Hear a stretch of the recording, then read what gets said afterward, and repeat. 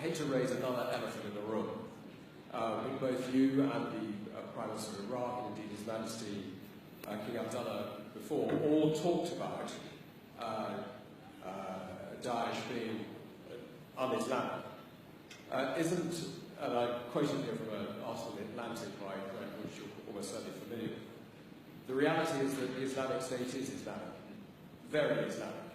Yes, it has attracted psychopaths and adventure seekers drawn largely from the disaffected populations of the Middle East and Europe, but the religion preached by its most ardent followers derives from coherent and even learned interpretations of Islam.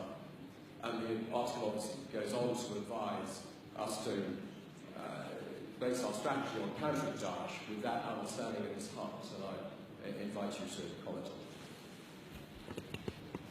it. Every religion has perverts and psychopaths who try to hijack it. ISIS is as much Islamic as the KKK is Christian. Don't they have a cross? Don't they do everything in the name of religion and Christ? Don't they believe that Christ compels them to lynch and kill people of African descent?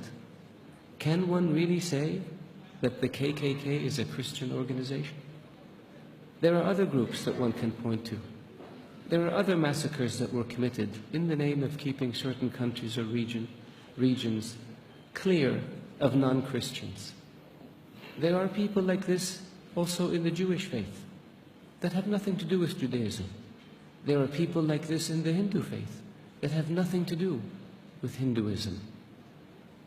For anyone to argue that Daesh is Islamic is preposterous.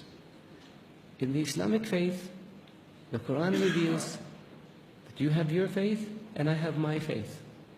And you're free to practice your faith and I'm free to practice mine. What greater sign of tolerance and acceptance do you have than this? In the Islamic faith it says, he who kills an innocent soul is as if he has killed all of humanity. And he who saves an innocent soul is as if he saved all of humanity. What better example of compassion and mercy do you have than this? So if you look at what Daesh says and you say it's in the scriptures, doesn't the Old Testament say an eye for an eye and a tooth for a tooth? If somebody does it today, would you say they were Christian or they were Jewish? So I caution people, because it seems to have become almost novel. Not novel, it's become the flavor of the day to try to read things into Daesh or into Islam that are not there.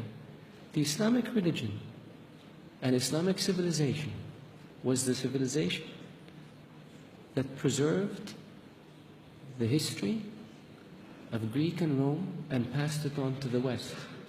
Western civilization would not exist without the Islamic Arab civilization.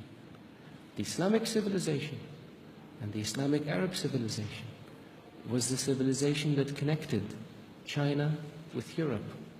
So it was global. The point I made early on about being an intermediate civilization, this is what I mean.